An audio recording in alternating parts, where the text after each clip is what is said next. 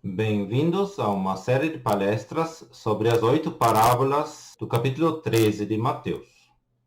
Nessa introdução, vamos nos ocupar com o termo reino, porque Mateus 13 tem uma expressão característica que aparece em quase todas essas parábolas, que é o reino dos céus. Já no Evangelho de Lucas, geralmente se fala a respeito do reino de Deus. Isso tem a sua razão de ser.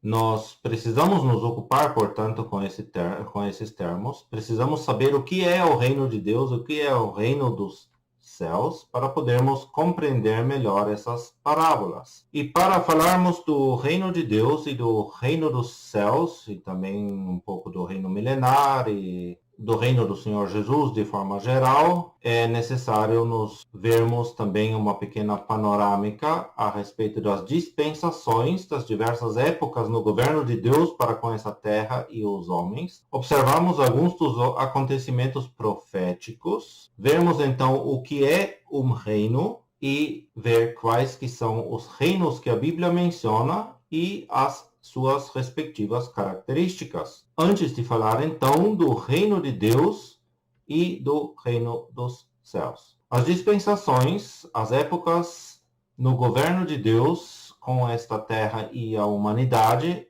estaremos apenas mencionando de uma forma breve. Começamos na eternidade. A eternidade é o pano de fundo, sem início, sem fim, onde Deus insere o tempo com a criação desse universo, e dentro desse universo, dessa pequena terra, e dentro dessa pequena terra, ele cria um jardim em Éden, onde ele coloca o ser humano em inocência. Um estado que dura apenas alguns dias, talvez, algumas semanas. Não temos uma indicação exata nas escrituras, mas o relato sobre o Jardim do Éden e a queda do homem em pecado sugere que foi um estado muito breve de inocência. Logo em seguida, o homem tem a consciência, e esse estado então dura de Adão até Noé. Depois, Deus coloca o governo na mão do homem por meio de Noé, e isso perdura até Abraão. A Abraão são dadas promessas, e essa época da promessa dura até no Sinai, mais exatamente em Êxodo capítulo 19, o povo de Israel diz: tudo o que Deus falou nós queremos fazer, e Deus lhes dá a lei. A lei do Sinai, que ocupa um espaço bastante amplo nas escrituras, que vai até João Batista e Cristo é chamado no Novo Testamento de o fim da lei.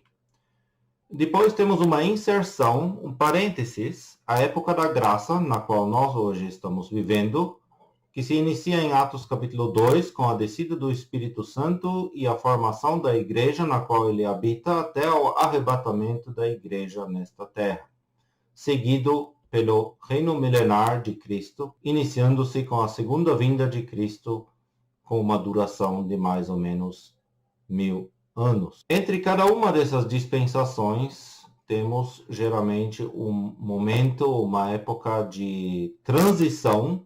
Não é um corte claro assim na história, dia X, hora tal, iniciou a próxima dispensação, não. Há uma transição.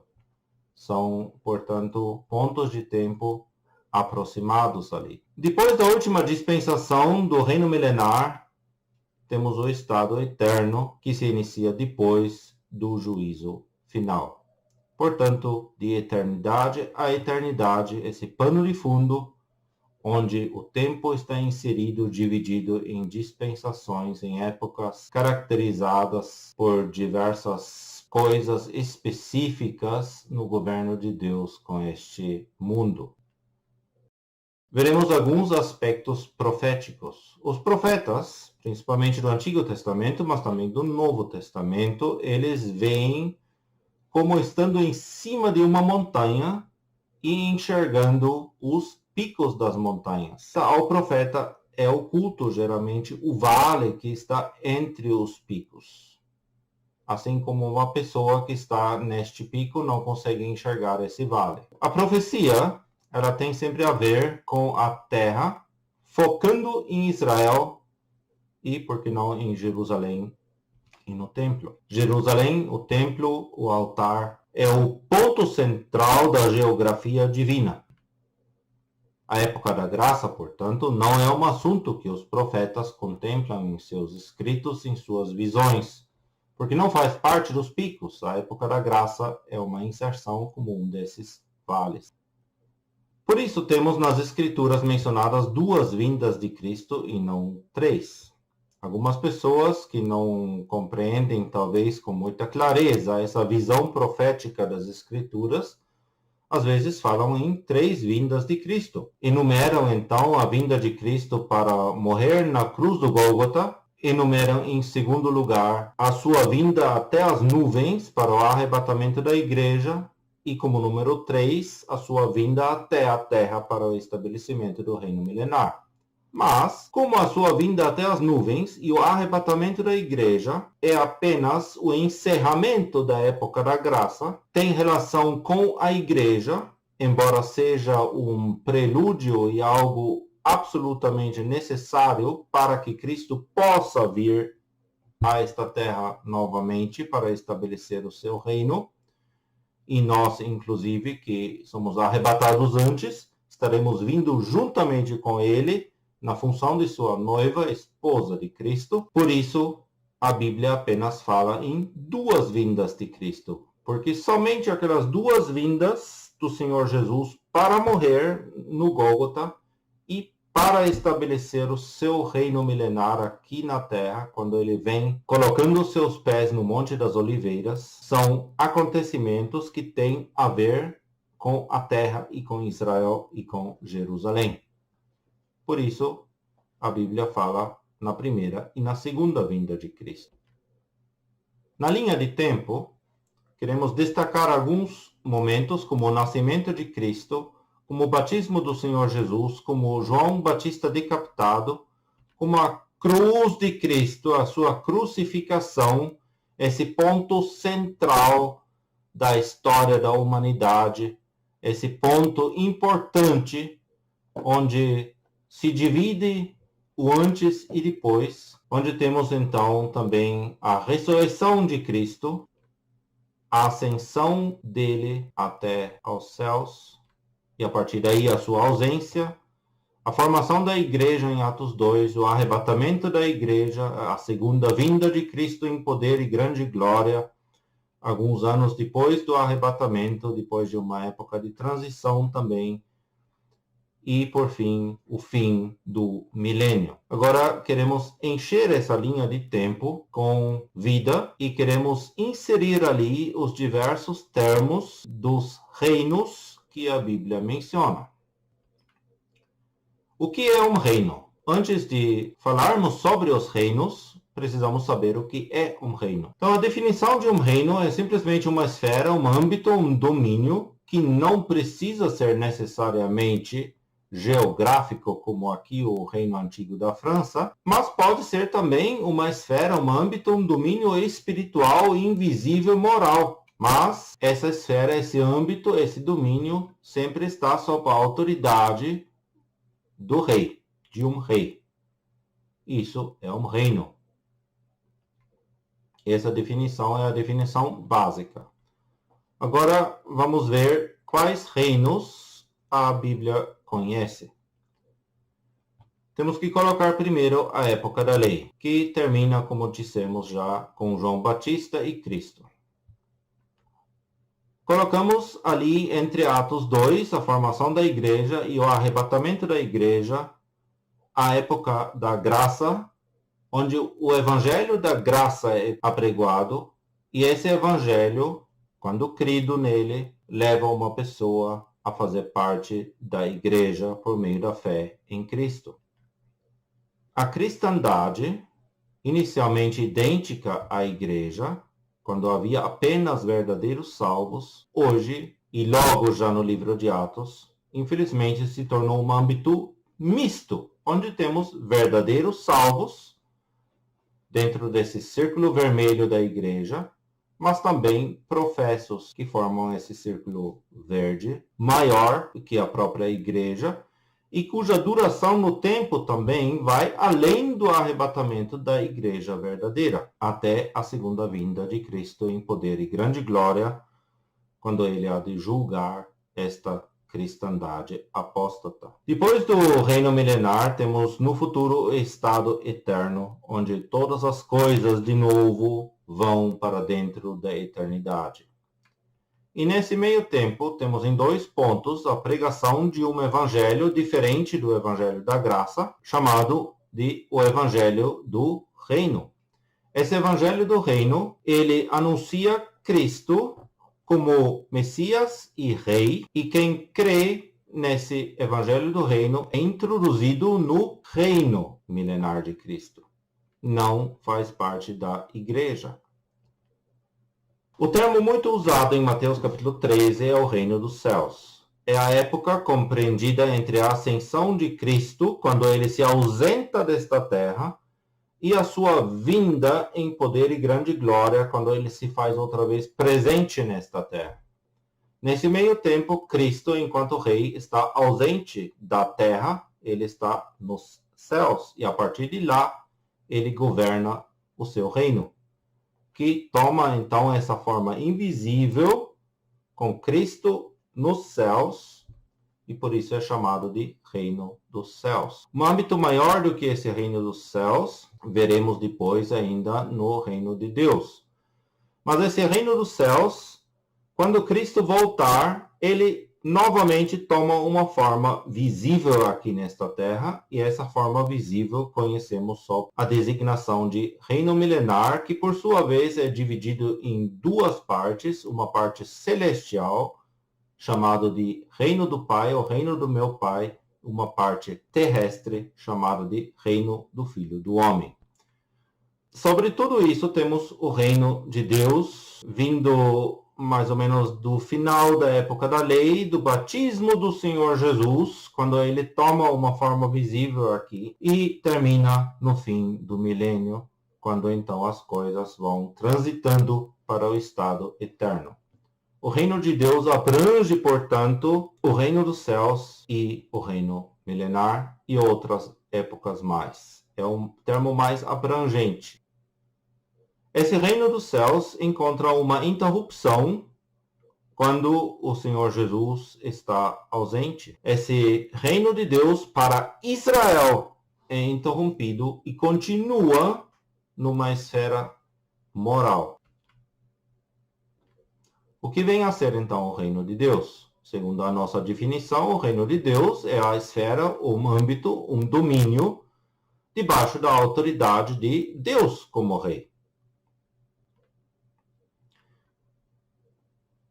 Esse reino de Deus encontra o seu início em Marcos capítulo 1 e Lucas capítulo 16, com a presença pública do Senhor Jesus na condição de Emanuel, cujo nome significa Deus conosco. E o desaparecimento, então, de João Batista. Ali o reino de Deus se inicia. O Senhor Jesus se tornando presente, João Batista, o representante da lei, o último representante da lei, desaparecendo. Deus conosco, o reino de Deus conosco, na pessoa de Cristo. Onde estava, portanto, esse reino de Deus? Em Israel, esse reino estava presente na própria pessoa do Senhor Jesus. E onde esse reino se encontra atualmente, agora, segundo essas passagens de Mateus 21, Romanos 14, 1 aos Coríntios, capítulo 4, versículo 20, o reino de Deus agora tem uma forma invisível. Essa forma visível para Israel, ela foi interrompida pela rejeição do Senhor Jesus. Eles rejeitaram a Cristo, ele se retirou desse cenário, e o reino de Deus que estava presente nele, em sua pessoa, visivelmente para Israel, não está mais. Mas continua e tem continuado de forma invisível e de um caráter moral entre as nações. Esse reino de Deus, no futuro, será restabelecido de forma visível de novo na terra, aqui na terra, na segunda vinda do Senhor Jesus, em poder e grande glória, e de novo na pessoa de Cristo. Assim como era antes, quando ele esteve aqui.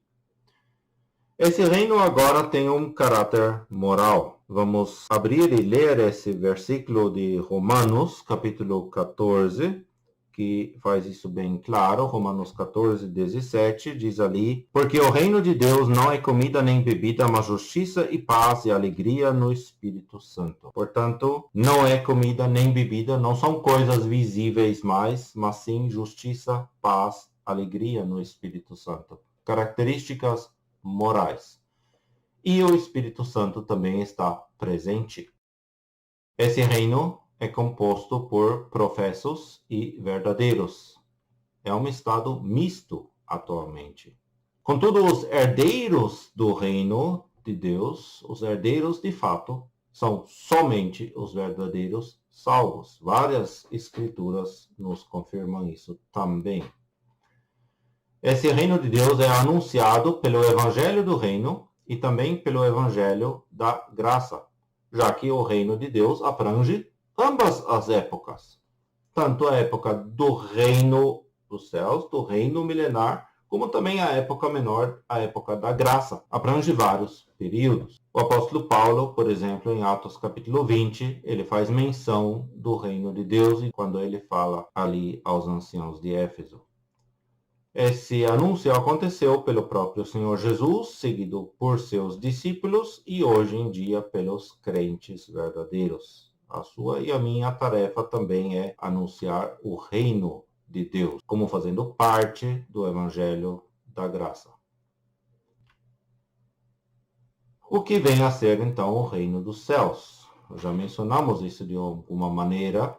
O reino dos céus, novamente, é uma esfera, um âmbito, um domínio debaixo da autoridade do rei ausente da terra, do rei estando nos céus, do Messias estando nos céus. Esse é o estado que vemos hoje. Cristo está nos céus.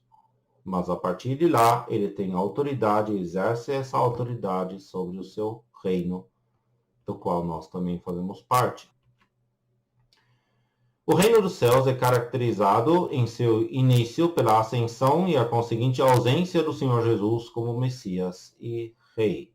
Atualmente, esse reino dos céus está entre todos aqueles que professam ser filhos desse reino, ou seja, que professamente, por profissão de boca, se sujeitam a Cristo. Portanto, verdadeiros, salvos e falsos, que apenas têm profissão sem vida. Hoje, nesse momento, esse reino dos céus é basicamente idêntico com a cristandade, composta por crentes verdadeiros e crentes professos sem vida. O caráter desse reino é que ele é governado a partir do céu, sem que esse reino seja de fato o céu. Cristo está nos céus, governando o seu reino aqui a partir dos céus. O rei ausente. O reino se encontra aqui, o rei está ausente, está no céu. Por isso, o reino dos céus. Mateus capítulos 5 a 7, ali o próprio Senhor Jesus, ele mostra as características morais desse reino.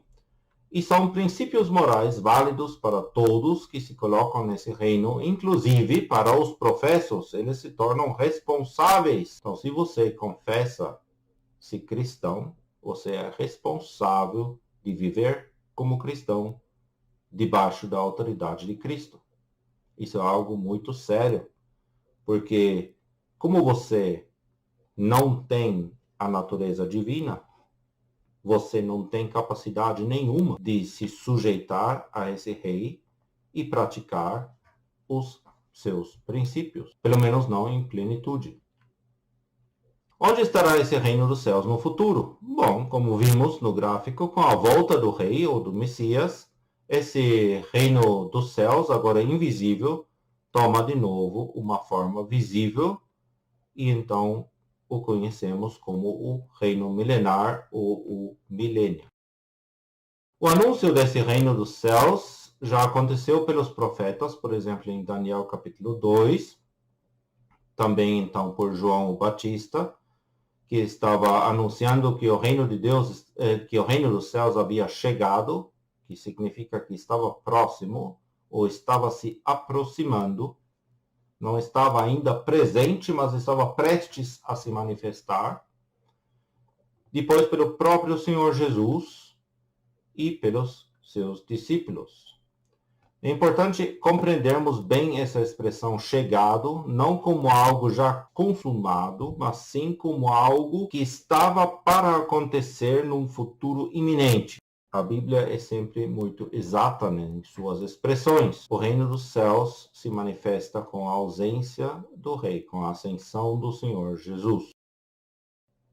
Em algumas passagens do Evangelho de Mateus, temos mencionado também o reino de Deus. Já falamos que essa é uma expressão característica do Evangelho de Lucas, o Evangelho que apresenta o Senhor Jesus como Filho do Homem, e é um Evangelho que porta mais um caráter moral e, portanto, nos mostra o reino de Deus, que também é mais manifesto em suas características morais, como temos visto. Já em Mateus, o escritor, o evangelista, apresenta o Senhor Jesus como Messias e Rei de Israel.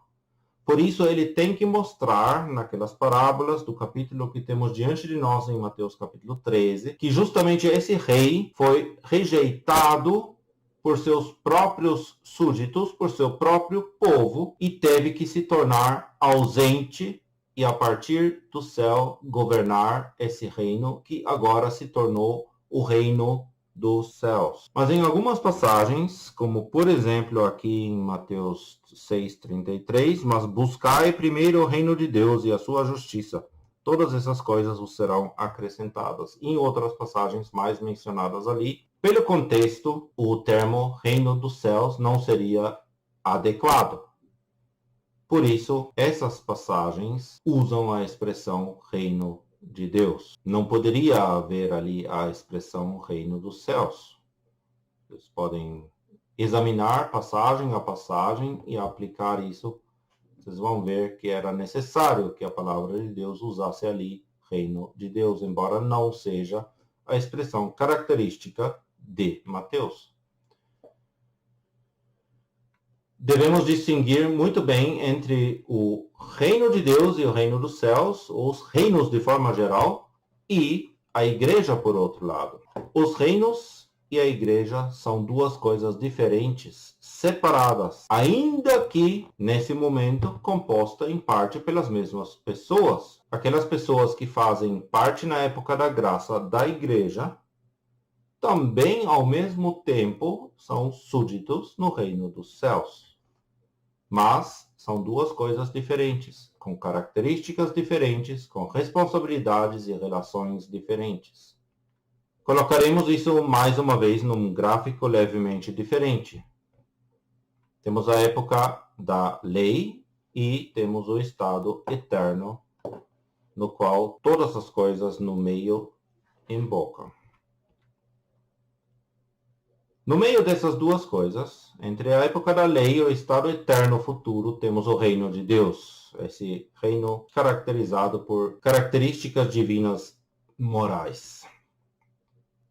Dentro desse muito abrangente reino de Deus, temos o reino dos céus, que abrange a época da ausência do rei, quando esse reino é governado a partir dos céus. E dentro desse reino dos céus, em seu cerne, encontramos a igreja, composta por pessoas que também fazem agora parte do reino dos céus, verdadeiros salvos, contudo, colocados numa relação ainda diferente daquelas relações dentro do reino dos céus. No reino dos céus, temos um rei ausente. Na igreja, nós temos um cabeça ligado ao corpo, temos o Senhor de sua casa, temos o noivo e a noiva.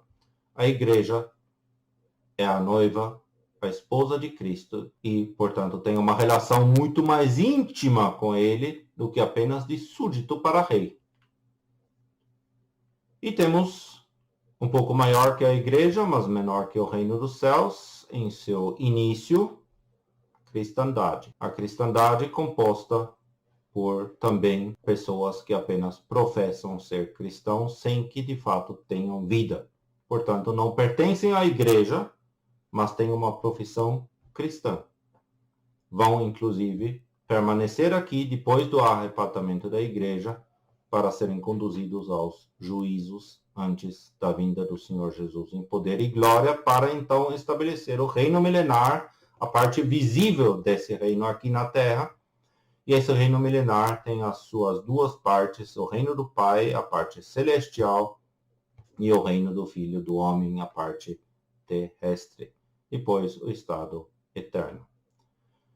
Nessa tabela, nós encontramos dividido em 5 pontos, quanto ao início, fim, o rei, os súditos e o princípio, válido dentro daquele reino. As principais diferenças entre o reino de Deus, o reino dos céus, o reino milenar, composto por reino do Filho do Homem e reino do Pai, separado da igreja como algo diferente. O seu início, a igreja toma em Atos capítulo 2, com o batismo do Espírito Santo, quando o Espírito Santo desce e forma essa igreja. Encontra o seu fim no arrebatamento. Não tem um rei, porque Cristo é a cabeça do corpo, é o Senhor da casa, e dentro da igreja não existem súditos. Existem apenas membros no corpo, vasos dentro daquela casa de Deus. E a igreja tem por princípio separação. Isso nós veremos daqui a pouco, ainda em contraposição. Já quanto aos reinos, o reino de Deus inicia-se com o batismo do Senhor Jesus e a decapitação de João Batista. O reino dos céus começa mais tarde, com a ascensão do Senhor Jesus e, portanto, com a ausência do rei, enquanto o reino milenar começa com a nova presença do rei, com sua vinda, com poder e grande glória a esta terra. E esse também é o início natural do reino do Filho do Homem e do reino do seu Pai. Uma parte terrestre, outra a parte celestial do reino milenar. O fim do reino de Deus acontece no final do milênio, quando o estado eterno começa. O reino dos céus termina bem antes, com a vinda do Senhor Jesus, com poder e grande glória a esta terra, porque ali esse reino dos céus transita para dentro da forma visível desse reino, o reino milenar, que dura então 1000 anos, e depois dos 1000 anos tem o seu fim, assim como o reino do Filho do Homem e o reino do Pai. O rei no reino de Deus é Deus, no reino dos céus o Senhor Jesus a partir do céu, no reino milenar o Senhor Jesus enquanto Messias e Cristo aqui na terra, e a mesma coisa se aplica ao reino do Filho do Homem, enquanto na parte celestial o rei é o Pai. Os súditos dentro do reino de Deus são todos aqueles que professam a Deus, tanto verdadeiros como falsos. É um estado misto de coisas.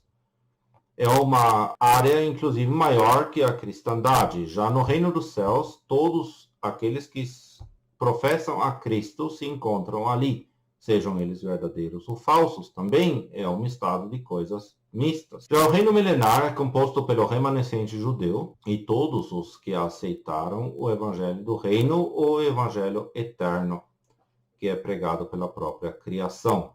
A mesma coisa é verdadeiro quanto ao reino do Filho do Homem. Já no reino do Pai se encontra tanto a igreja verdadeira, como também todos os salvos de todas as dispensações anteriores à época da graça, desde a Éden até a lei, e também os mártires da tribulação pós-arrebatamento, antes do estabelecimento do reino milenar.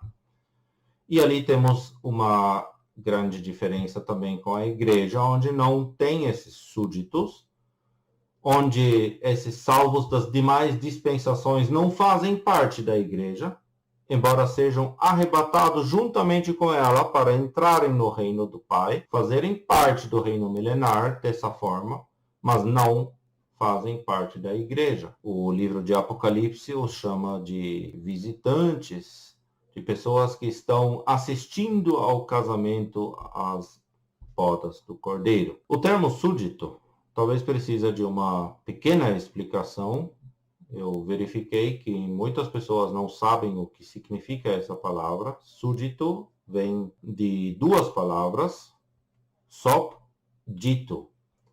São, portanto, pessoas que estão debaixo do dizer, debaixo do mando e comando de uma autoridade, justamente de um rei nesse caso. Então, o súdito do reino de Deus é aquele que está sob a autoridade, sob o mando de Deus. O princípio válido no reino de Deus, temos visto, são princípios morais, e esse estado misto de coisas é mantido até o seu final, quando haverá o julgamento. No reino dos céus, temos princípios morais e o estado de coisas misto é mantido.